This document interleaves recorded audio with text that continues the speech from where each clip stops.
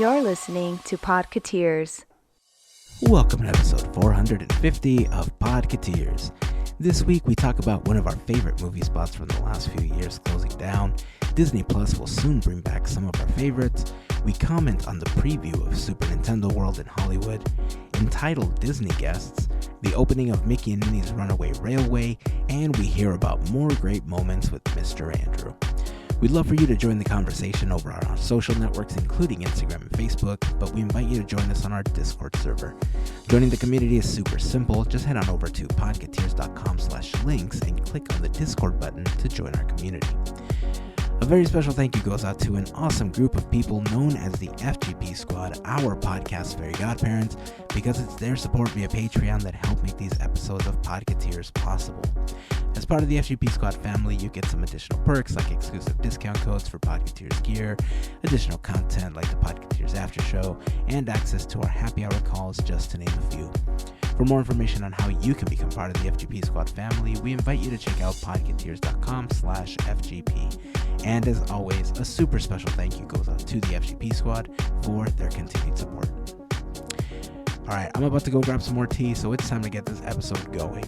If this is your first time hanging out with us, welcome. We hope that you enjoy the episode and that you come back for more.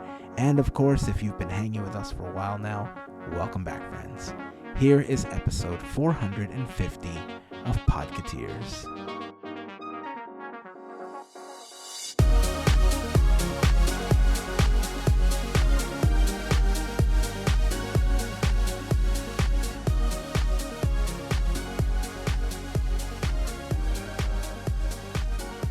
Put on your happy voice, Heyzen.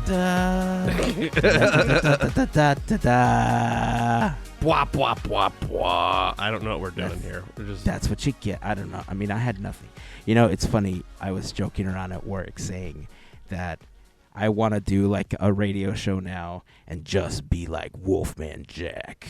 Bring down the voice and play music all night long. But then as I was talking like that in my meetings, I started laughing at one point because if you've been in the MP3 and audiophile game, like these days you don't really worry about that stuff because you got your Spotify's and your iTunes Musics and your Pandoras of the world and whatever apps you happen to listen to music, right? But before, we've talked about this before, we had these MP3 players and we had these devices where we had to copy music from CDs and whatever stuff we had, and we made like MP3 files out of them. And back in the day, there was this old software called Winamp. Oh, yeah. And Winamp had an audio file that would install by default. And so every time you would launch it, it would be like, Winamp, it really whips the llamas. And then, you know, it would say like what it would whip on the llama. And so as we were in a meeting, I happened to say that, and I started to chuckle. I couldn't get it out of my head because, for most of the meeting, all I kept thinking to myself was, Winamp, it really whips the llamas. Listen here, kids. Family. Yeah, here, minivan kids. Listen to all that stuff Heyzen had to do to get music to listen to. It's like the Stone Age. I mean, I'm sure, you know, if there's older people that have like, I remember when I had to have a Walkman or a tape, on tape, or they didn't exist and I had to listen to a record and that was it, or the radio. But, you know, if you wanted your own curated music, you had to do the work. Spotify didn't exist, or Pandora or whatever, but Tidal. I don't know. What's another? Apple Music Plus. I don't think Tidal exists anymore. Oh, I don't know. Who knows? Yeah, I don't think it exists. What is that was like the artist driven one, right? Tidal. That's the one Jay-Z started. Yeah. I don't know. Spotify, Apple Music Plus, Banana. I don't know what else. I'm sure there's all these other ones. Banana. I think YouTube has their own music one now as YouTube well. Red. YouTube Music. YouTube Music. Yeah, I know they have their one because every time I play a song on there and then I accidentally swipe away because I forget, then the song stops and then it gives me an ad to say, hey, by the way, if you had YouTube Music, this wouldn't happen. I'm like, I'm not I already have Spotify. I'm not paying for also YouTube Music. Yeah, I've been there as well. I forget that sometimes too. Hey, you know what was sad? Speaking of old technologies, during the pandemic, one of the things that I would like to do is watch movies at a drive-in that was fairly close to our house.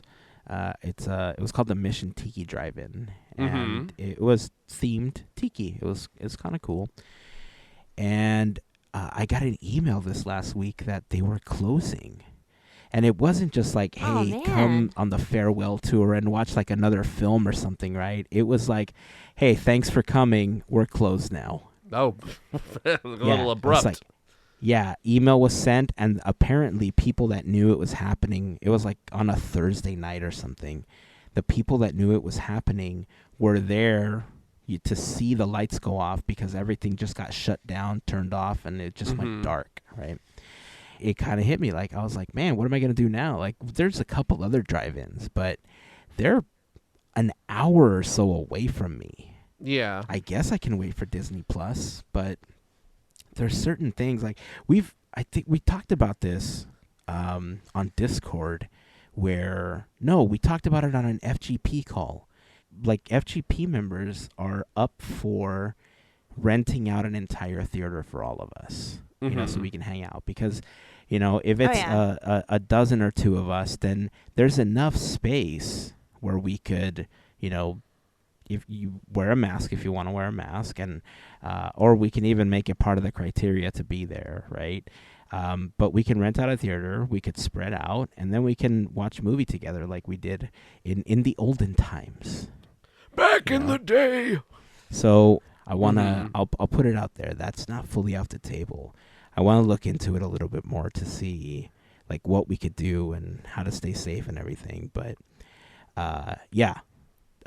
more to come if that develops into anything further. But since we are talking about it, FGP Squad, we do have a call coming up.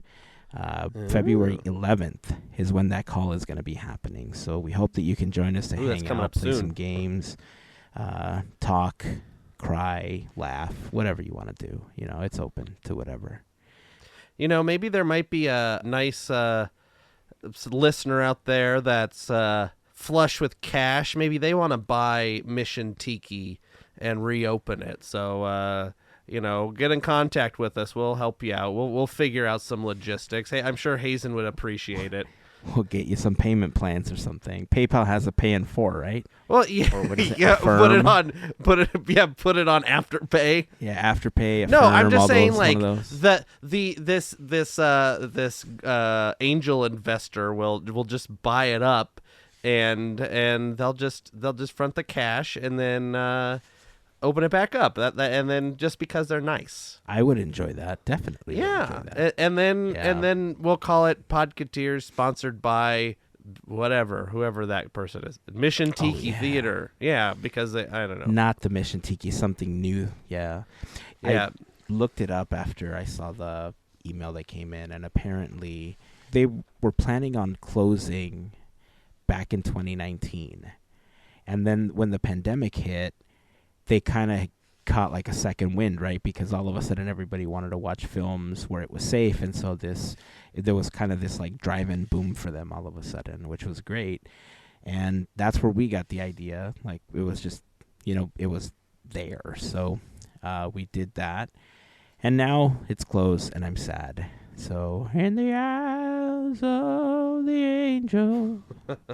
With your $3 a month, you can contribute to saving the drive-in. You can contribute to the 4 easy affirm payments to save the Mission Tiki drive-in. You know what we do get to celebrate, though? The Mission Tiki gods taketh, but the Disney Plus gods giveth, backeth. That's not how that goes. But we're getting new episodes. We know what you mean. But we're getting new episodes of Phineas and Ferb and Hamster and Gretel. I was gonna do something there, but I couldn't think of something to say. I don't know. Perry the Platypus. I don't know. That's Doofenshmirtz is in that show, right? He kind of sounds like this. No, he sounds exactly like that. He kind of sounds like this. I'm going to take Dan Pavemeyer's job and be Devil Doofenshmirtz Incorporated or something, whatever it's called. I don't know. Anyway, I'm sure he would appreciate having a break. Yeah, if I don't know, if he's all over like only- TikTok and stuff. He's, I think he's or Instagram or one of them. He's big on online. Oh, he's on TikTok. Yeah, He is a Yeah, TikTok, He's big on okay. TikTok. If only there was a contest where you could do voices and possibly win a contract to do that. Huh. Anyway, maybe a Anyway. conversation for another day. Maybe. But I'm Hamster and excited. Gretel and Phineas and Ferb, more summer vacation and whatever Hamster and Gretel's about. Yeah, I never watched Hamster and Gretel. Me neither. I don't know what that's It's about. one of I the did- few cartoons I didn't get a chance to watch on Disney Channel. But Phineas and Ferb was kind of neck and neck with Gravity Falls for me as like on the fun scale. Mhm. Just their creativity in every episode always got me, and of Good course you music, had- good songs. Yes. What's the Aglet song? Aglet. Don't forget it. I don't know. I have so many. There's a song. It's called "Evil Boys." It's Candace, the sister, sings it, but she sings it like a deep, like blues singer, and I think it's very funny. And there's like this Yeah, "Girls they in My Pants" song. There's all kinds of fun songs. There are a lot of fun songs on the show, so I'm really happy. I never thought I would get to see if we could. I don't know. Gravity Falls. If we ever saw a resurgence of Gravity Falls, I don't think Alex Hirsch would want to do it with Disney. I'm pretty sure that he would want to take that to like Netflix or somebody else, Well, that's to not gonna like happen. Amazon Video or something. Yeah, it's not obviously because Disney owns the characters, but Mm-hmm. I I don't don't know. Money It would- talks, man. There's a part of me that agrees with that, but like Alex Hirsch, like when you hear him speak about the Disney company, like he's angry at the Disney company, man. That Like, is true. I don't think we'll ever see Alex Hirsch work with Disney again. I mean, I guess never's a long time, right? I don't know if that's for sure, but you're right. Money does talk, but in this case, I think the safer bet is to say that Alex Hirsch won't work with Disney again. Well, you know what? Let's do this. Alex, I know you're listening. Why don't you come on the show and you can let us know your feelings about the Disney company and would you ever work for them and all that kind of stuff. The door is open for you to join the show on Podketeers. So send us an email, comments at Podketeers. You can send it to Quizneyland at podketeers.com. Then it goes to me. Early on in the podcast, we had this campaign running for a couple of months where we were actively trying to get Alex Hirsch on the Yeah. podcast. And we created like these Instagram puzzles with a lot of the ciphers, and like we had like black lights going over them where like when you click the black light on, it said like, will you be on our podcast and stuff like that. They were super fun, but he just never answered. He wasn't like Bobby. He wasn't itching and chomping at the bit to be on the podcast. Well, you know what? It's a new dawn. It's a new day. It's a new life. Bum, bum, bum, bum. So maybe he wants to join. Maybe he wants to join the show now. So a ball is in your court, Alex. There you go, Alex. The door is always open. The gauntlet has been set. I mean, All right. the all right. invitation has been laid out. All right, all you Podketeer heads out there, Podketerios. I don't know. Do we have a name for the people that listen to Podketeers? No. Like besides, I know there's the FGP Squad. Those are we know them, but we don't have any like the like Lady Gaga's got the Little Monsters and I don't know, other people got stuff. Like we need a name for all the listeners out there. I tried this at one point, man. I thought we were all Podketeers, and there was a resounding no. Y'all are Podketeers. We're not. And I was like, They're all right. I mean, Yeah, I thought it was like Mouseketeers, but what do you want to be called, listeners? I'm putting all the questions out today. Is it Podketeerios? That's like Cheerios. Is it like that's so Sue Sylvester of you to want to call everyone Podketeerios? Is it like, I don't know, what's another, like the I don't know. I don't got another one. Maybe we'll figure something out. The and squad, we'll ask on like a quiz. Squadketeers. Ooh, that's a good one. I came up with that. Squadketeers. I'll put it on Those a are the t-shirt for you. listeners. Squadketeers. Well, I'm excited. Get some new cartoons to watch. Plus, next month, about a month after we release this episode, we're going to have season 3 of The Mandalorian. Is it 3 now or 4? 3. It is 3, well, right? it's like 3.5. 3.5 because the Book of Boba Fett kind of Yeah, that's in. true. I'm excited about this season. I think this is the season where we're finally, I think, going to learn a little bit more about Grogu. And I don't know if anything's changed, but apparently a lot of I almost said Trenzalore because it's so similar to. Anyway, sorry. Wait, what's Trenzalore? Hold on. What? I mean, it gets a little, as they say, timey-wimey because it depends on the timeline. But in the original timeline of the show, it is the final resting place of the Doctor. Doctor Who. From Doctor Who, yeah. Wait, Doctor Who?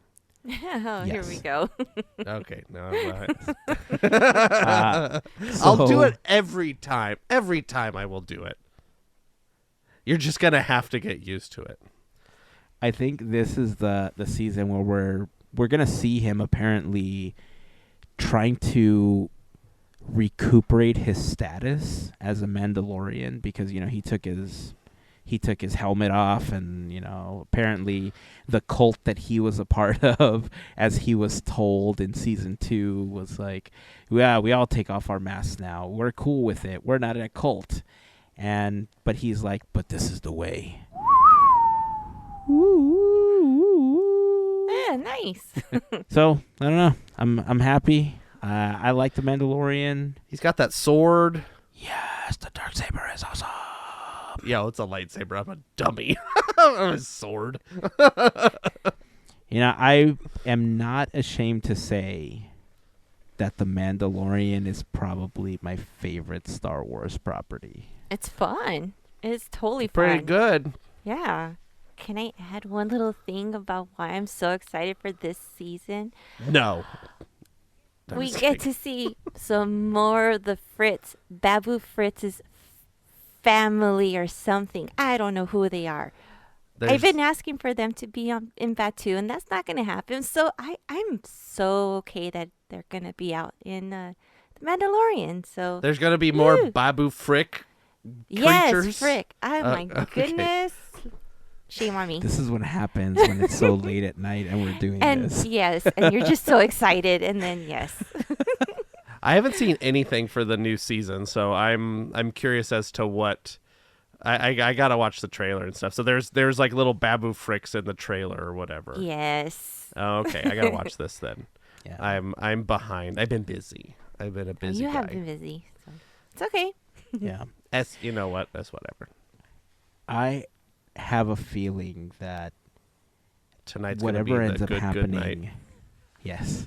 I have a feeling that whatever ends up happening in season 3 of The Mandalorian is going to see itself into Galaxy's Edge a lot more. Given some of the changes that we've seen, when you said, we probably won't see Babu Frick in in Galaxy's Edge, I don't know. I feel like oh my gosh, the changes that they've made, like already kind of breaching the timeline of Galaxy's Edge with the characters that they've had. I feel we're on a trajectory of them really doing this whole Star Wars land thing versus Galaxy's Edge like vibe to it. And if that's the case, like we may get, like, even if it's not like a meet and greet or something, imagine just going somewhere and he pops out from behind a wall, right? And he just like randomly pops out and says something and then like pops back down. That's the wrong That thing. was my armchair right there. Seriously. Yeah. So That's yes. probably why that idea was so like vivid in my head. Yep. So it's perfect. We already thought of it. Like Disney, you already have the idea. Just go back, listen to the Galaxy's Edge Armchair Imagineering. It's and all then, laid out. Boom. We're ready to go. Now that you reminded me that it was on that episode, I was like, oh, wow, we really did talk about that. Yes, like, we did. Hey, it's there for the taking. Mm-hmm. Keep taking our ideas, Disney, and give Right. whoever you want credit, but give us a golden pass. Oh, that'd be nice. We'll take it. It'd be nice. Hey, didn't you mention that some like the things went down in price at Galaxy's Edge this week too? Yes, the lightsabers. What are they priced at now? I have the picture right in my face. They are priced at $219, and they used to be $249. Didn't they start off at $200 though? Yeah. Like I'm Thanks, glad that they brought JPEG. down the price. $220 is. I'm not gonna say it's a great price. I think it's to some people it'll be more palatable because the additional $30 Yeah. can buy maybe a couple more kyber crystals or something, so Or you can food. change the color after you build it, or food. Yeah. Or the bag that it doesn't come with anymore. Oh my gosh, that's right. Oh, that's right. It doesn't come with. That's probably why the bag is $30. Oh, did we just solve this? Larry would be the person to ask because I don't know if the Yeah. bag is $30. I just threw that out there. I think it should go back to $200, to be honest, because when you think about what goes into creating one of those, they're buying those parts in bulk. There's no way that Yeah. it costs them $200 to make one of those things. Like, I get it. It's part of an experience and everything, but 100, maybe even 150 is what that thing should be priced at. 200 is already a stretch. I get it, the experience and everything. 250 was like way too expensive. 220 is on the right track, but if you have to buy the bag, then keep going, Disney. Bring it back. Looks down like to the bag 200. is $50. What? So you end up paying more than what it was priced at? Wait, This is what? like the premium bag, so I don't know if it's different than like if they had like different levels of like a cheap bag and a more expensive bag, but now they're just giving people like a plastic bag. That's sad. That's sad. Oh. Yeah, I saw a video the other day of somebody that had built the staff, like the double-sided lightsaber staff that Darth Maul has. Mm-hmm. And they were at Disneyland carrying it around, and like Simu Liu was in the park that day, Oh. and so he saw it and he's like, "Oh, can I see that?" And Of he's like in course the he middle of could. Main Street, like doing all these like cool spins and stuff with the lightsaber. If that was anybody else, like the plaids would have come right over and they're like, "Sir, please put that down. You should not be doing that." But it was Simu Liu, so they were like, "Oh, more, please." Because I would have just been like, "Stay back, people. Let him do his thing. Let Shang-Chi do his Right. thing." I agree. Let him do his stuff. He's a freaking Marvel superhero. Let him Soon spin to a be legend at lightsaber this around. point. Right? Yeah. You know, speaking of doing random things in the park, I saw another video that, to be completely honest, it just irked me so bad. We're constantly talking about people that want to be influencers going to the parks and doing things to get attention, usually Yeah. at the cost of other people not enjoying their time in the parks. And so, when Bob Chapek had talked about the undesirables coming to the park, we touched on it before that it was, some of the people that always went to the park. But the more I decipher that comment, I kind of feel like it wasn't necessarily just pass holders. I think they meant pass holders that always have a camera and are trying to be influencers, but negatively affect other people's time in the park. I agree with you, but you have to remember that quote gets mismangled all the time, and it was undesirable attendance mix is what the whole quote was. So I still think he was talking about annual pass holders, because a lot of people just kind of took the undesirable out of it, but it was undesirable attendance mix was what the quote was, I believe, that he said. So fair enough. But I use it just for this now. I agree with your sentiment. Yeah, especially for those who kind of ruin the magic for other people, and it's like we're trying to kind of keep that going, and 100%. Yeah. Yeah. Hey, we talk about like the live streams that Larry does in the park, and I don't get to catch them when he's actually doing them, right? I usually go back and I watch them on the YouTube channel, and I want to give the mods that he has a shout out, because we've talked about how when he's on an attraction or like he's watching a show or something, like he won't talk. Like he'll let the show happen, he'll let the attraction go on, whereas other influencers spend half their time talking to the camera or talking to their phone, and it just ruins the experience for everybody. And so, obviously shout out to Larry and Rebecca, right? But like the mods also do a really great job on the channel of reminding people like, hey, you're not going to hear Larry talking. Or they'll say Goofy Guy. They won't say Larry, right? But they'll say, like, just a reminder, Goofy Guy won't be talking during the performance or while he's on the attraction, to not ruin the experience for anybody else, right?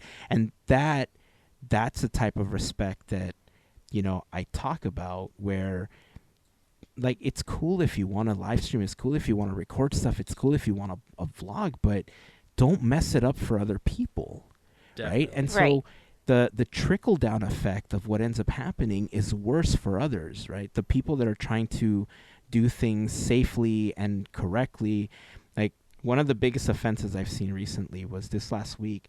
There was somebody taking photos in front of the castle, and she had a cake, and there was like a fire sparkler, like fire lit on top of this cake. Like a 4th of July firework like that you buy at yeah.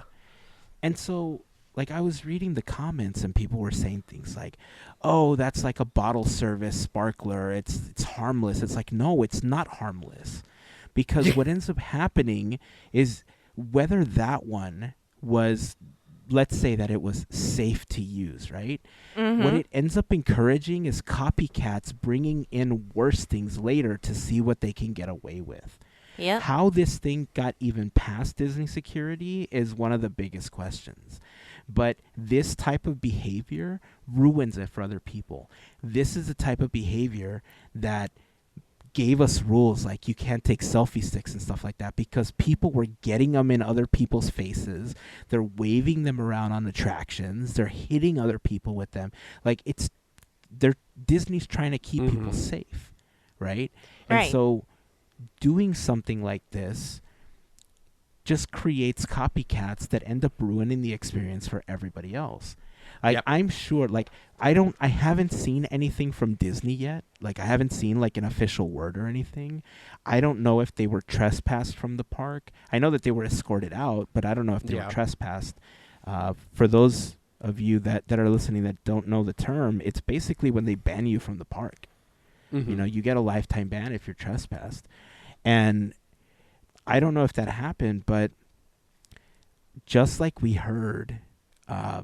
remember when Disney got sued because of the passes or the magic keys, and there was like a class action lawsuit?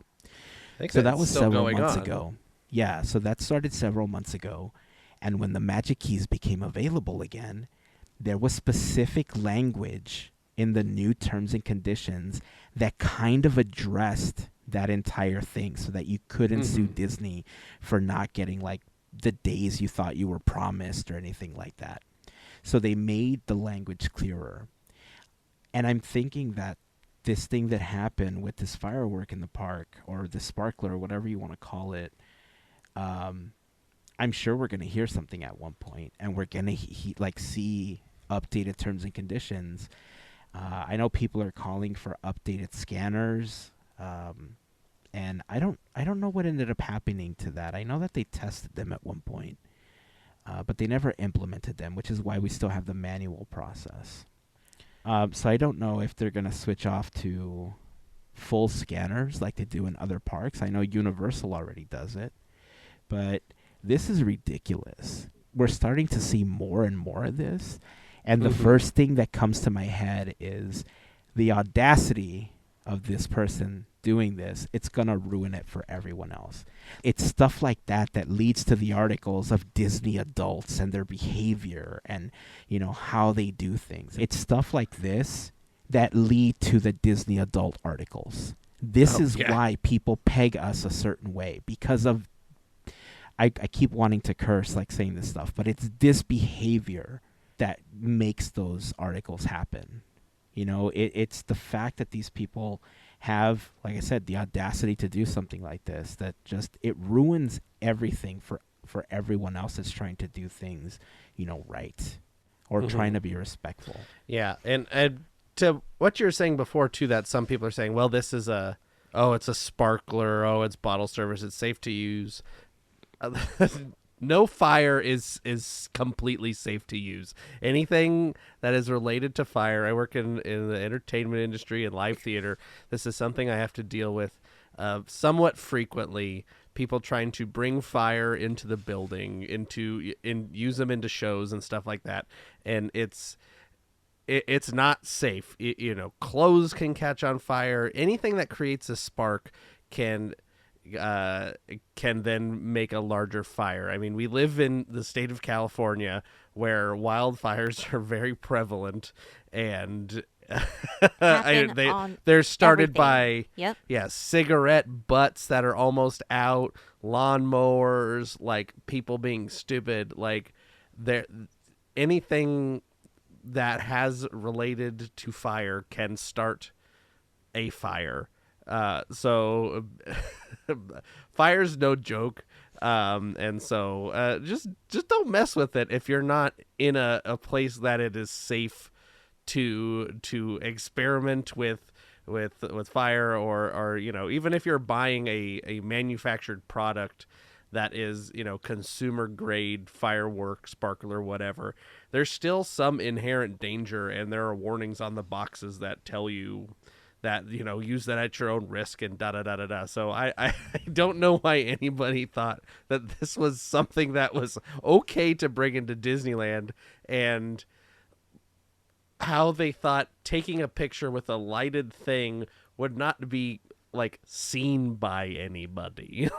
So, yeah. I don't know. It's just very bizarre. Everybody be safe with fire out there. It's not a toy. It's not. The first thing I thought of when we had seen this video was, can you just use Photoshop? I mean, can we just not do that and make this? Have a cake. Have a cake. Cake is okay. Food is okay. We brought in food, whatever. But the fact that you did this in the middle of pretty much everyone, in front of the castle, where it's the busiest, that's disrespectful. I mean, not just towards cast members, but like we mentioned, everybody else, because you had to make it about you, which I understand. Yes, you like the magic, you want to share the magic, but there's a way to do it without having to kill the magic and get yourself in trouble. Yeah. So, yeah. Not so smart. They just ruin the magic for themselves because they're probably not coming back for quite a while, if ever. Serves them right. Yeah. You know what? That's what you get. Do stupid things, get consequences. There's a saying like that, right? Win stupid prizes. I'm sure there is. Win stupid prizes. That's what it is. You're welcome. Play stupid games, get stupid prizes. Yep. Win stupid prizes.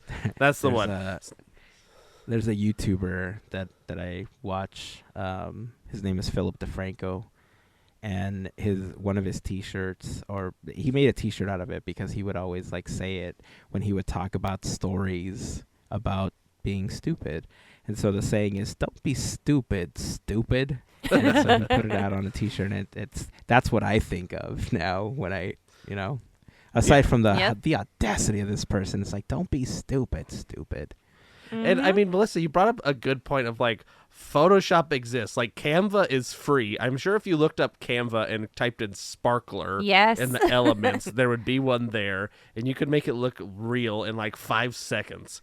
Like it's you know, I don't want to get into like this big old thing, but content in this day and age is so temporary that nobody is going to notice that your sparkler was fake. I mean, I'm assuming it was for a video and not a photo, but still, like, is it worth it? Like, you're gonna get views off of it, but that's gonna be for what, 5 days maybe, and then it goes away.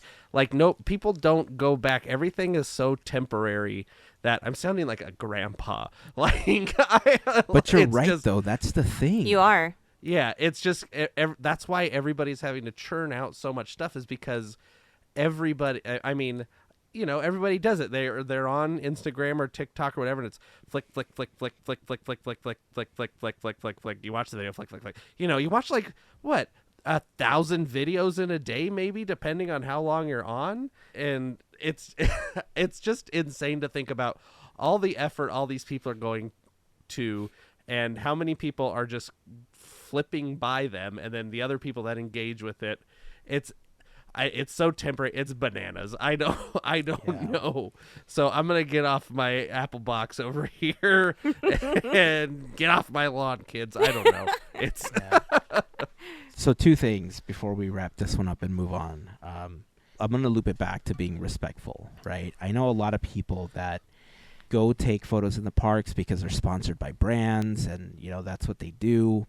But the idea that so many people get that because TikTok is free and you could stream and Instagram is free, like, the level of disrespect has grown exponentially, because the people that want to be influencers for the sake of being just famous, not because they love Disney, or maybe they did love Disney, you know, and they're using it as the catalyst to become famous. The sad part about all of that is that so many of them are willing to mistreat others and stomp over their friends and other guests just to get what they want. Just like this person, right? She put a bunch of people in danger. The idea that they thought it was okay, like you said, Andrew, there's always a danger, right? Like one of those sparks and stuff. Like the idea that so many people are walking by and one of those sparks could have like burnt a child or something. Mm-hmm. Honestly, that's what got me the worst. Like the whole idea of everything that was happening just angered me, you know, to begin with. But, you know, if you were walking towards her from the inside the castle out and you didn't see that it was lit, like if you're walking in the front, you could avoid her, right? You could turn away or something like that. But if there's a crowd and we happen to be walking and we didn't see it, and one of my kids got burned from something like that, it's Chernobog time, right? Like it's it goes full blown Chernobog at that point. And I think that's what angered me the most. The just not thinking about the other people that were around her with so many kids around. So anyway, I'm sure if you haven't seen the video, you could search for it. It's easy to find. I don't think, you know, we're not going to repost it on Instagram or anything like that. It's just, it just angered me. But if you've seen it, you know what we're talking about. Let us know how you feel. You know, I'm curious to know how. Let's go back to Discord and we can discuss this whole thing. And what do you think is too much? You know, like influencers, they're going to do their thing, right? If they got ads or taking pictures and stuff like that. Again, if you're not being disrespectful and you're not intruding on someone else's good time, then cool. You know, great, do your thing. But when does it become too much? You know, sound off. We'd love to hear what you think over on Discord. If you're not part of the community yet, it's super easy to join us there. You can head over to podketeers.com/links. There you will find a bunch of links that are pretty common, including our latest episode, Disneyland playlist, a link to the FGP Squad page, and more, including the invite for our Discord server. So Since we're talking about it, I'd like to send a quick shout out to all of the members of the FGP Squad, our podcast Fairy Godparents, because it is their support via Patreon that help make these episodes of Podketeers possible. If you want to learn more about how you can become part of the FGP Squad family, you can head over to podketeers.com/FGP for more information. There you will find a list of some of our top contributors, a little bit about what the FGP Squad is all about, and a link to our Patreon. Being a part of the FGP Squad family gets you some additional perks like access to our happy hour calls. Our next one is February 11th. You also get access to a special section of Discord, additional content up on Patreon, random giveaways, and more. So if you have any questions, please feel free to reach out. We'll be happy to answer any questions. But of course, to all of the members of the FGP Squad family, we just want to send a huge thank you for your continued support. Hey, so a couple more things before we move on to great moments with Mr. Andrew this week. We got the kickoff for the Disney 100 celebration. It was same week, I guess, that they were soft opening Super Nintendo World. So who did it to compete with who? I don't know. Maybe it was Universal that scheduled it around the same time. Maybe it was Disney that scheduled it around the soft open of Super Nintendo World. But we got some new stuff. Yeah, who knows? Before we go into the Disney 100 stuff, have you seen any more of the videos that people are posting from Super Nintendo World? No, not much. I've just seen like photos of like these annual pass like previews that they're in right now is just like a giant cluster. Like it seems so crowded. It seems miserable. The land is tiny. Like it's itty bitty. And it's just packed wall to wall within their annual pass previews. I've seen a lot of, they had media previews and stuff like that where it was not as packed. And I think the earlier annual pass previews weren't, but currently it's been like wall to wall people. Yeah. Whenever they do media previews, obviously they're getting unrestricted access to new lands, to foods. There's no lines. The experience is so much better. Like we talked about this back when we talked about the Star Cruiser opening. The experience is totally different when you do a media event. And it's cool because you get to see a lot more of the details that surround the land, the attractions, and all that stuff. But now that more people are going for these, like, the previews, you could tell that the land is a lot tinier than we thought it was going to be. And it looks like it's difficult to get around. It feels more crowded than the Wizarding World does. And it could just be because there's a lot of interest. Who knows? But from a technology standpoint, their version of the magic bands, I forgot what they called them. Do you know what they call them? Power-up band. Power-up bands. They interact with quite a bit of the world. They have a lot of similar functionality to the magic bands. They're NFC geared items that you scan and they do stuff. So they do seem to have a lot of cool interactions throughout the land. My biggest concern is, when Disney creates an attraction, they really do design things in a way that cater to as many people as possible. And I am on the huskier side of things. And because I'm on the huskier side of things, I don't always fit into everything at Universal. And so my biggest concern going into this is like their big attraction is the Mario Kart attraction. And regardless of the type of seating. That's the attraction. Oh, that's right. They only have it's one. just one. They only have one, yeah. It is just one. The one in Japan only has two, which is has the Yoshi ride, which is like kind of like a people mover kind of thing, and then the Mario Kart. And this one only has Mario Kart, and then the interactive stuff. I think that's why I had in my head that there was possibly a second attraction because of the Japan one. But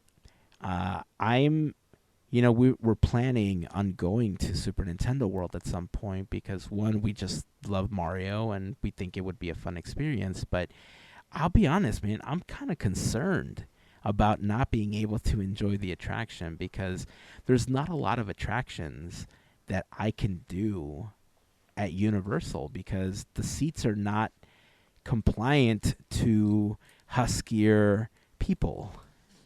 Yeah, it's real unfortunate that Universal keeps having this problem, like especially in this day and age where like we know this already. Like I don't understand why it keeps happening. I am not a small person myself. Luckily, I've not had any issues going on anything at Universal at this point.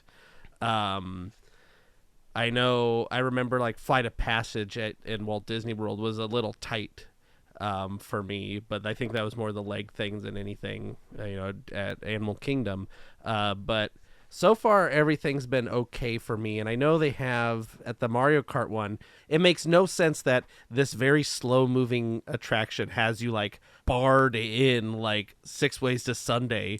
When like a simple like lap bar could suffice, they have you like click click click click click click click click click click, or like what's the Gabriel Iglesias, and it goes click one yeah. click Yep. one click.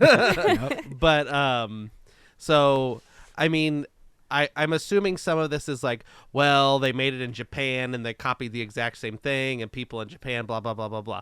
I'm sure there's fat people in Japan too. Like, I'm a fat guy. I'm sure there's fat people in Japan. There's husky, healthy, damn people in Japan. Like, just as much as, they might not be as prevalent as they are in the United States. But they're there. Those people exist all over the world. Mm-hmm. Like, all people of all sizes exist everywhere. So why make an attraction that is, one, not going to flip you upside down or go like crazy fast or something, have to be so restrictive in seating and like locking you in when something a lot simpler could suffice and be more opening to all people of whatever size. Like, I don't know how to put it, but you know what I mean. Like, just make exactly it what you mean. Yeah, just make it. It's not hard. Why is it not simple? That's it. I'm sure it's like a little like, no, it's not hard. Like, you just make it bigger. Like, it's like, I don't know. Like, I'm sure. I mean, the answer is money. I'm sure is the whole answer. It's cheaper to do it this way and then leave people out. It's all got to be money. Like, these are, like we talk about all the time, these are companies at the end of the day. So it's just got to be a money thing. But if it's a money thing, you want to make money off of everybody. So why wouldn't you just invest in that? Missed opportunity, honestly, because it's like not. You want to have as many people ride your attraction. You want as many people to come to your park. Why not cater to everybody?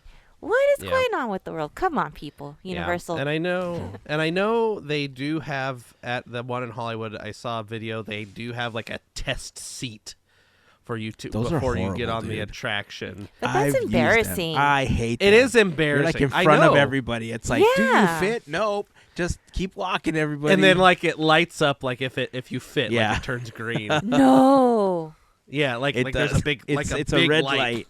And if it gets to the click it's supposed to, the light turns green.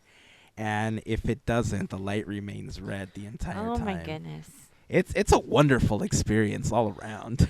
Yeah. Yeah. I like the idea of them, just making them. Look, I think Snow White's Scary Adventures goes faster than the Mario Kart attraction, and all they have is a little fiberglass door between you and the rest of it, right? So you just have they have like a lap bar. They have just the bar. They have the bar, yeah.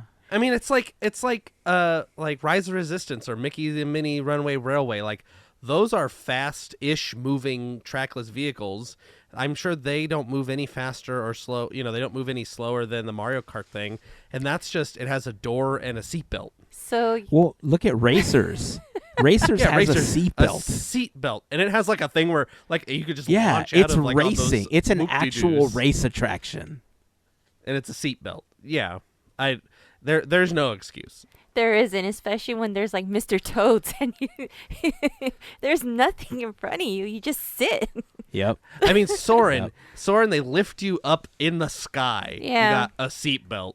That's true. Yeah, I mean, it really did bother me when I started to see that. I thought that they would take that into consideration given the fact that the Wizarding World got so much negative publicity about that.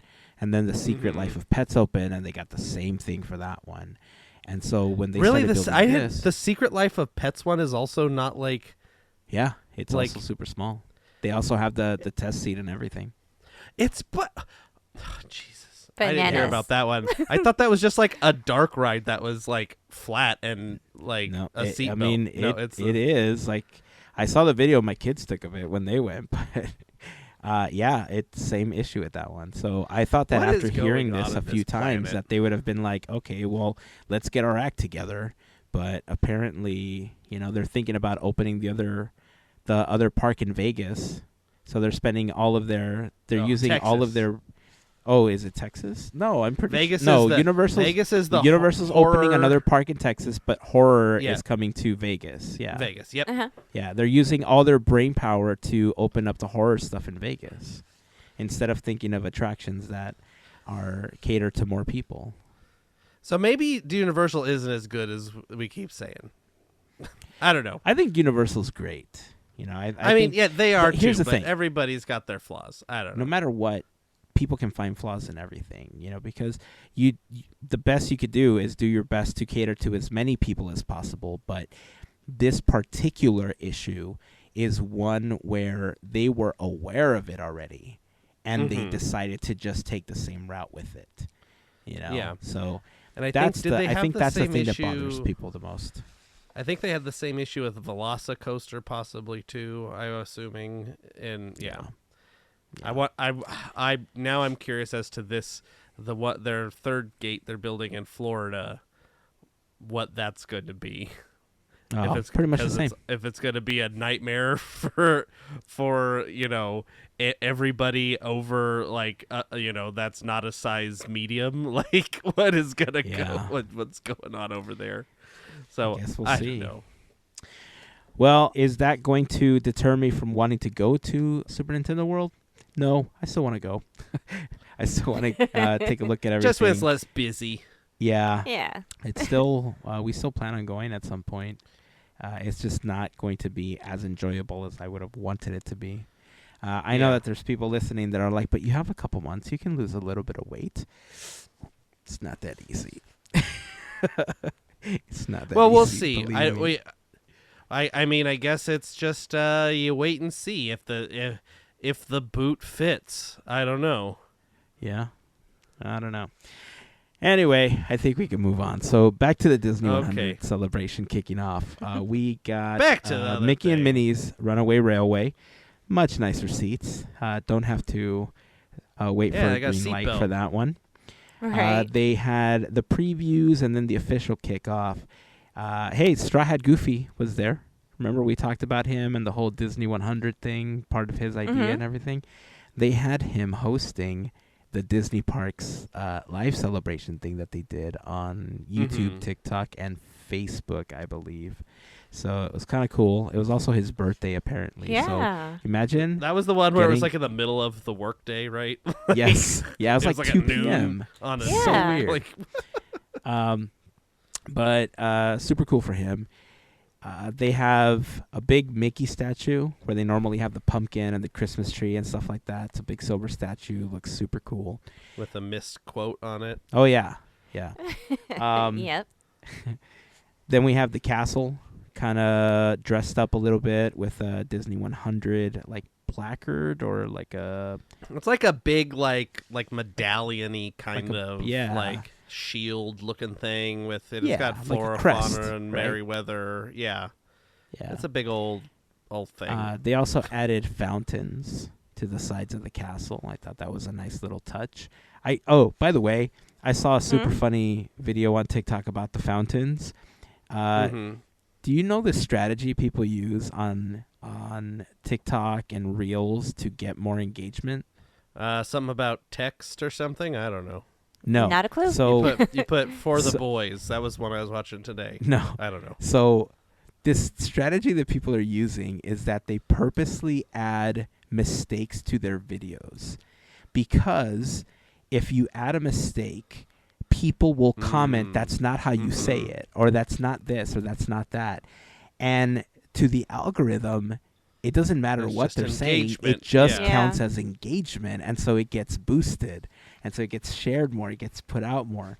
And you kind of get to sniff them out after a while, right? You could tell when they're doing it specifically for this. Like, if that was like every video from now on is gonna have mistakes. If I ever make any videos of the parks, like they're all gonna be I'm gonna mispronounce names. I'm gonna say misquote everything. To Walt Disney World.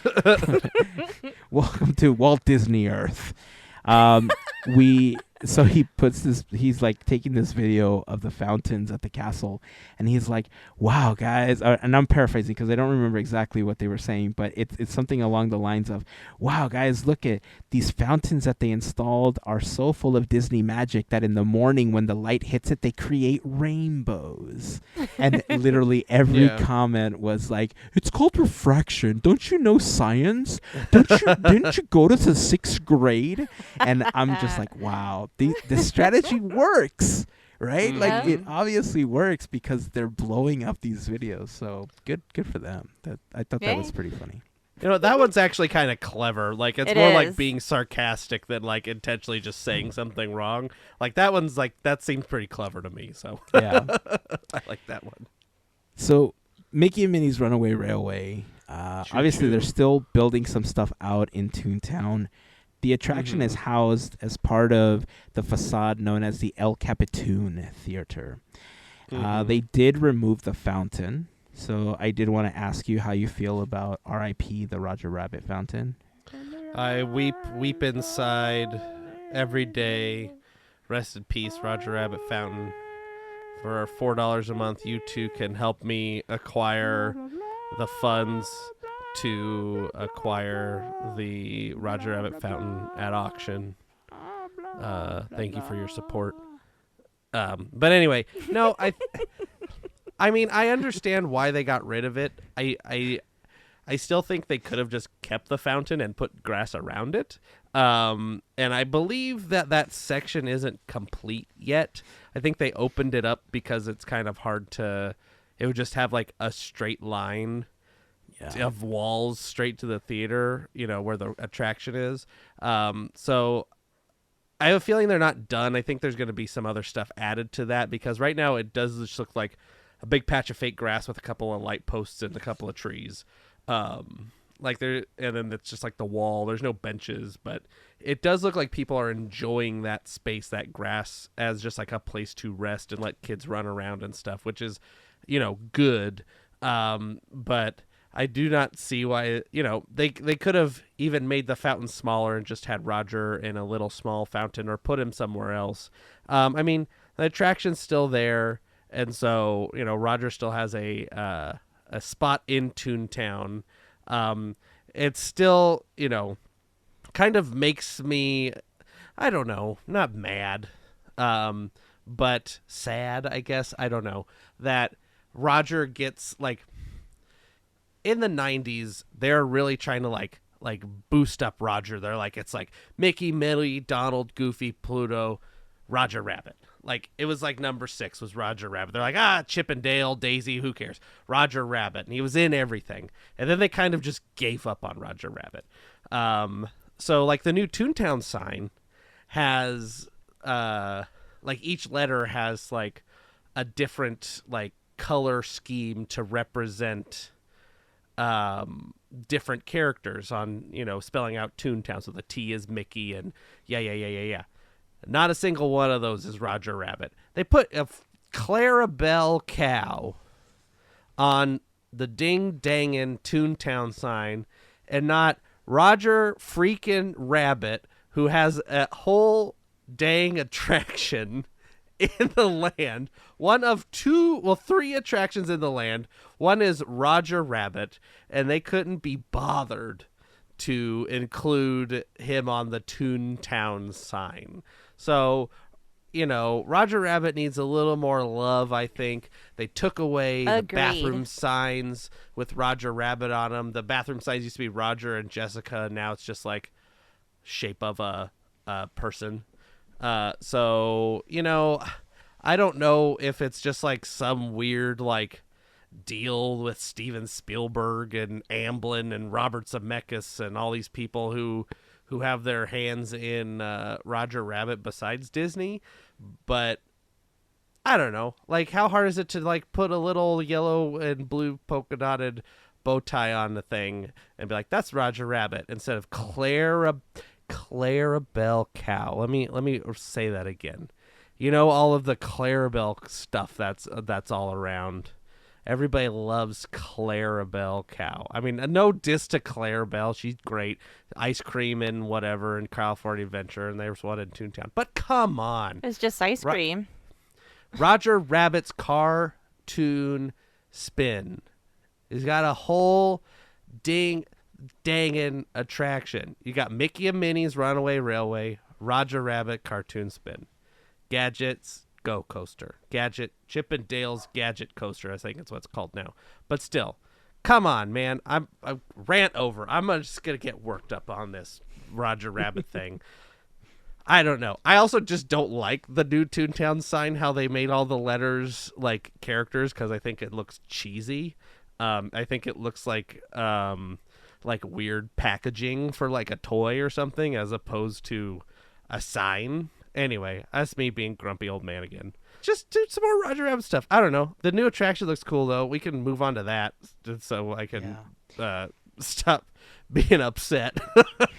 You know, before we move on, I know that you're upset about the fountain going right, but if they're not going to put that fountain back, I know that they're planning on putting another fountain in there, but the sketch that they used was like Minnie growing flowers or something. Yeah. It was very cartoony. I think this is the perfect opportunity to bring back the Sorcerer Mickey fountain. Remember the Sorcerer Mickey fountain that was in front of Monsters, Inc.? Yeah. Okay. So if you play Disney Dreamlight Valley, you know that there is a version of that, but it's like a 3-tier fountain with like a golden Sorcerer Mickey. Like that version from Disney Dreamlight Valley should be in Toontown or Fantasia Gardens or something, right? Because if they're going to start incorporating like more stuff from the parks into the game, it should work the opposite way too. Like we should see stuff from the game in the parks as well, and that fountain's a really great way of integrating it into it. And like you could go scan a barcode or something, or like it picks up your NFC or Bluetooth or something, and you get like a special Toontown item for Dreamlight Valley. I don't know, like it's an idea, Disney. Run with it. Go Gameloft. Run. And you know what? If they're not going to put the Roger Rabbit fountain back, you can ship it to me. I will display it lovingly. Right there, next to nice. Mickey, I'll have right next to Mickey Roger on Rabbit. the desk. Perfect. You know what? I'll put a Roger Rabbit can sleep in the bed with me at night. Okay. There might Roger be some Rabbit logistical issues there, but okay. Yeah. Let's not worry about it. Roger Rabbit the statue will sit in this chair and be part of Podketeers. I don't know. Just we'll make it work. Would you settle? Speaking of Dreamlight Valley, would you settle if they gave you a Roger Rabbit fountain for your valley? I will settle for anything Roger Rabbit at this point. Like it's nothing gets made. It's very sad. You get a pin every once in a while. You get mostly pins. That's all you really find. Roger Rabbit pin every once in a while. That's about it. There's a whole attraction. Two of my favorite attractions. I'm going to go on this rant. I'm so sorry. Two of my favorite attractions have zero amount of merchandise. Indiana Jones, Roger Rabbit. No attraction-based merchandise. Zero attraction-based merchandise. And I do not understand why this is a thing in 2023, the year of our Lord. I don't know why. And when I say our Lord, I mean, of course, Roger Mickey Rabbit. Mouse. Of course. Yeah, but I don't get it. I mean, I'm guessing it's just something to do with mass appeal and blah, blah, blah. I don't know. But there's a bunch of us who would be suckers and buying everything. Yeah, me, I'm a sucker. I will buy it. I just bought a freaking phone stand of a Mousker award from the Disney Legend or Disney 100 whatever collection it's called. I spent too much money on it, but I should have bought it when I'm at Disneyland next to get the annual pass discount because they're selling at the parks. But I wanted to have it now, and I didn't want to risk not getting it, so I bought that thing. I will buy all of the things. When they came out with that new indie pin, I was like, I am buying this now. It's, I don't know. Just merchandise, like, just make me a thing. Like, make people things. Like, almost every other attraction. Like, it is also kind of, like, ridiculous that other large attractions like Space Mountain and Big Thunder Mountain don't have that much merchandise either. Like, it's, like, a couple of T-shirts and stuff. But Space Mountain has a board game at least. So, I mean, so does Big Thunder Mountain. True. Yeah, so, but they, like, in the parks, it's just, like, okay, here's Haunted Mansion, here's Pirates of the Caribbean, and then here's a bunch of, like, I don't know, Dumbo dolls and, you know, I don't know, Mirabelle. I don't know what's at Disneyland right now. I haven't been in a while. But it's like, you have this attraction, there's a gift shop in Toontown, like, there's a gift shop across from Indiana Jones. Put some merchandise in there that is, like, based on the attraction. Just, like, one thing, two things. The last thing we got from Indiana Jones was a fanny pack, and I own it. It's up on the shelf. That's true. Nice. So, Should fanny we get you pack, the jacket and the shirt? the white plain shirt. That's The based white on the plain movie, shirt. not the Should we get that for attraction. you? Oh, sorry. I mean, if you want, but I want an attraction-based merchandise, please. Okay. I know I've gone on this rant so many times. I'm going to stop now. I apologize to everybody listening for me We'll talk to sounding like, Bobby. you know, squeaky wheatly, you know. I'm just going over and over this so many times, but there's my plea. Because you love it. Because You're I love passionate, it, yeah. and I want to buy it. It's like, this is the one time that you're like, Disney, take my money, and they're like, relax, Yeah. Andrew, just relax. I want to, yeah, they're like, we don't want it. We don't want your money. Speaking of merchandise, so did you see, the Mickey and Minnie, you guys seen the videos or the stuff coming out of the queue? The, like, everybody's posting stuff of, like, all the Easter eggs in the queue and everything like that. Yeah. So there's a popcorn, like, thing, right? You've seen this popcorn thing? Uh-huh. And the popcorn are shaped like Mickey, Minnie, and Donald's heads. Yeah, I love it. And I was going through these articles, and somebody discovered that if you look at them closely, they have a little hole at the top and bottom of these popcorn pieces. And what they are was, I guess in Tokyo, I think it was Tokyo or Hong Kong, I don't remember exactly, but they had made this character popcorn bracelets. Ooh. And these are the same thing. If they didn't make them specifically for this, they just had these, like, popcorn bracelets and that's what these holes are in the pieces of popcorn. It's to be strung on a bracelet. So these are either made from the same mold, or there's just, like, a bunch of them left over, and they put them in this thing. Wow. I'll have to see if I can find the bracelet and send it to you guys, but it's bizarre that it's, like, the exact same thing. But the queue is I think it's really nice. I think it's definitely a huge step up from the one in Disney World. Oh, absolutely. The queue is gorgeous. I mean, the story is obviously a little different, right? Because when you go to the one at Hollywood Studios, it's modeled after the Grauman's Theater in Hollywood here in California. And they took over the Great Movie Ride building. So the premise was you were walking into the exact replica of the Chinese Grauman Theater, and then you eventually got to go see movies, that were being highlighted throughout the years. For Runaway Railway there, you're basically still walking through the theater. You get to a big screen, you see a little movie, and then it sets you up for the attraction. And so, like, you're watching the movie there, whereas here in California, you're in Toontown and you're a part of the movie versus watching it in Walt Disney World. So it's a little bit different. The attraction itself is pretty much the exact same thing, same tracks, same visuals. But the queue, the way that they set it up, highlighting the different cartoons that Mickey's been a part of and the props that he's used, like, you're walking into a real life, like, Mickey. how else do you explain it, right? You're walking into Mickey's life in the movies, and so you're seeing all the props and everything he used along the way. It's like a museum of Mickey's. Yeah, it's basically props. That's a great way to put it. Yeah. Have you seen the mirror with the lonesome ghost? No. That is one of my favorite things in the entire queue. You see the dresser, you see the mirror, and when you stare at it long enough, the ghost kind of like begins to wipe it down, and they appear. That's cool. Right on the glass. It's like it's super cool. They have like Disco neat. Mickey is a part of it. The Mickey and the Beanstalk is there. They had the Mickey. What was it? The Mouser size. No way. The Mouser size. Yeah. It's a really great collection. I ended up watching. Posters. Yeah, I ended up watching a couple of walkthrough videos because, although I plan on eventually going to see it, I couldn't wait because I knew it was going to be so different from the Disney World version. I don't regret watching those videos. They're great. The attraction is, like I said, it's basically the same thing.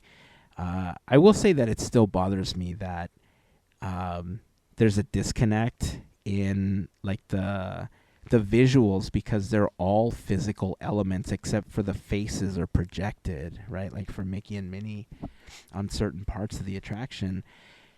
And I don't know about you, but it bothers me that the contrast of the black is so lighter and so gray looking compared to the other black around it that it looks projected. It looks fake. It takes you out of the animatronic element of it. And I'm being nitpicky at this point, right? But yeah.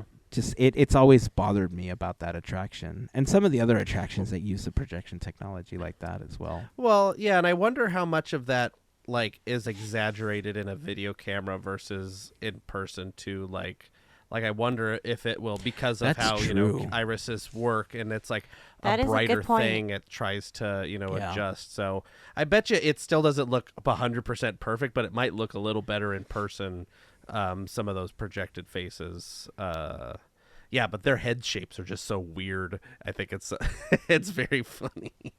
It just bothers me that we're like, I look at the animatronics that we have here at like in California, or even videos of the animatronics at Disney World, and I'm like, cool. And then I look at the Beauty and the Beast animatronics. Or this new Elsa animatronic that they're doing. The new Elsa one. I was like, man, they are just amazing animatronics. Like, when do we get that here? I mean, the Shaman of Songs and the Navi River Journey is a very impressive animatronic. Like that's true. The Avatar. That is true. But it's like one in a sea of many. Like, you have that. I mean, the Ursula animatronic is pretty good, but it's nothing like super realistic. But that was another thing where they added like squash and stretch like to an animatronic, which was something that they hadn't done before in the Ursula animatronics. But it's just having those uber realistic, like the best thing we have is like the Kylo Ren thing, and he has a mask on the whole time. Like it's the stuff in Rise looks good, except for like the Finn one, which is photos of that is kind of scary when you see him. He's like, they did not do a great job on Finn. But yeah, it's I don't know what the problem is with investing in animatronics. I guess it's a repair thing or whatever. I don't know. Maybe when we get Disneyland Forward or whatever that was called, maybe we'll get some new animatronics. Who knows? Maybe there'll be a new indie animatronic in the ride when it opens up. Probably not. You never know. Or a new rock. The Rock? Not maybe Dwayne. It's the Rock's head. Not DJ. Yeah, it is. I mean an actual rolling rock. Oh, okay. Yeah. Sorry. The boulder. Sorry. Yeah. Before you went on to that, I was like, "Oh, there's wishful thinking." Nope, that's not. That's his name is Frank something Wolf. Is that his name? Frank Wolf. Did I pull that out of thin air? Is that right in the Jungle Cruise movie? Is that his name? Oh, I don't remember. The Rock. Is it Frank Wolf? Oh, I don't remember either. Somebody remember. out there. One of the Squadketeers, that's their new name. I'm dubbing it now unless they object. One of the Squadketeers, tell me, did I come up with that right? Frank Wolf? No, that's the guy from American Pickers, isn't it? I don't know. I don't know. Well, either way, the attraction is awesome. I can't wait till I have an opportunity to go ride it, and I would love to see that queue in person. So I know that it's going to be Lightning Lane and Genie Plus for a while. I don't know if that's going to be a permanent thing, but there will not be a standby line. You will have to do Genie Plus. You will have to do Lightning Lane for it. So be prepared, 7 a.m. to try to get your pass. It's going to work like some of the other attractions where you can get one, or you could try for it in the morning. You could try again at like 2 p.m., I believe, to try to get a pass if you didn't get one in the morning. But it might be difficult to get an opportunity to ride it for the first several weeks, especially if you're not there when the park opens, or if you have internet issues or anything with your phone around 2 p.m. I know with Rise of the Resistance, that was one of the big issues with people trying to get the boarding passes for it. But hopefully they'll iron out some of those issues. Hopefully they'll add some more Wi-Fi in the park, and then we should be better. But we'll see. Hey, I was right. It's Frank Wolf. I looked it up. Is it? Fantastic job. Frank Wolf. Yeah, Good great job. memory, I dude. pulled that out of that. I don't know if that's a memory. I think that was pure luck. Go buy a I just know lottery him by ticket one now. minute. That's fine. I guess I'm going down to 7-Eleven to make sure. On that note, I think it's time to begin wrapping up the podcast. So before we do, it's time to enjoy some great moments with Mr. Andrew. Dun, dun, dun, dun, dun, dun. We should play that every time. Dun, dun, dun, dun, dun, dun. The president thing. That's got to have a name, right? 47 years ago, our forefathers. I am a man of slight complexion. I did that last time. I don't know. I got to learn more of this attraction. Anyway, great moments with Mr. Andrew. Here we are, folks. The years are 1931 and 1932. Gonna be kind of a short one, as kind of a just kind of like a nice, easy years. Kind of nothing too terribly exciting. I mean, a couple exciting things, but 1931, pretty even keel year for the company. Disney starts sending animators to classes at Chenard Art Institute. There's more Mickey Mouse merchandise created, including a hardback book and a coloring book. Also, in 1931, the company starts work on an animated feature based on Alice in Wonderland. But the production stops when a live-action Alice movie is released. So that was kind of the first inklings of a feature-length animated film for the Disney company. Was actually an Alice in Wonderland movie. And then by the end of 1931, they had completed 11 Mickey shorts and 10 Silly Symphonies. 1932, a little bit more stuff going on. Art Babbitt begins working at the studio. If you don't know Art Babbitt, he is considered by many to be the greatest animator ever. During his Disney career, he took Dippy Dog and developed him into Goofy. He animated the Queen and Snow White, Geppetto and Pinocchio, Mr. Stork and Dumbo. Art also was a leader in the animators strike, but that's a topic for another one of these segments, because that will definitely come up again in a number of weeks. But with some convincing for Art Babbitt, Walt starts having the classes for animators at the studio instead of sending them to Chenard Art Institute. But he would bring in lecturers from there, from the Art Institute, just so people didn't have the drive. Everything was kind of in-house. But this is also the year Walt decides he wants to make cartoons in color. So he signs an exclusive deal with Technicolor to use their 3-color process. It's a 2-year deal, so they get to work right away, figuring stuff out with that. Memberships in Mickey Mouse clubs reach 1 million members in this year. And then after that, signing that deal, the first color cartoon, Disney Silly Symphony Flowers and Trees, premieres at the Grauman Chinese Theater.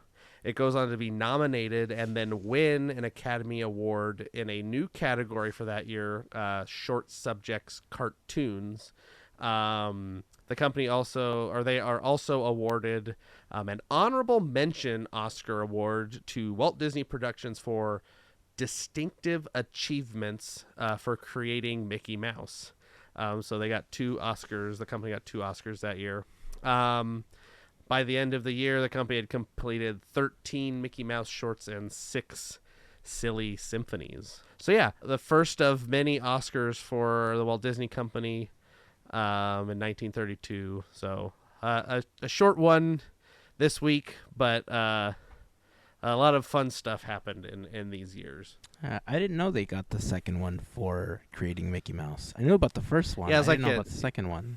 It's like an honorable. I don't know exactly if it was a statue or not, or if it was just like an honorable whatever. I don't know, but it was part of this same ceremony that he got the company Walt Disney Productions got a honorable award for creating Mickey Mouse.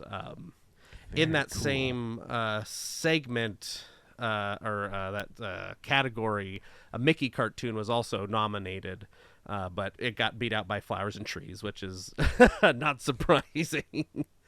Goes on to be, a very, very big for the company, Flowers and Trees, and the Technicolor process. Right on. Well, thank you for another awesome segment. I learned something, just like I do with Disneyland episodes, so that's always fun. Yeah. Woohoo. Anything else before we wrap up today's episode? Nope. Don't bring fireworks into Disneyland. That's a good one. I'll just reiterate that. That's it. Bring it home. All right. That's it. That is going to wrap up this episode. So until next time, keep dreaming, keep moving forward, and always remember to pass on the magic. Have a fantastic week, everyone. Bye. See ya, Podketeers.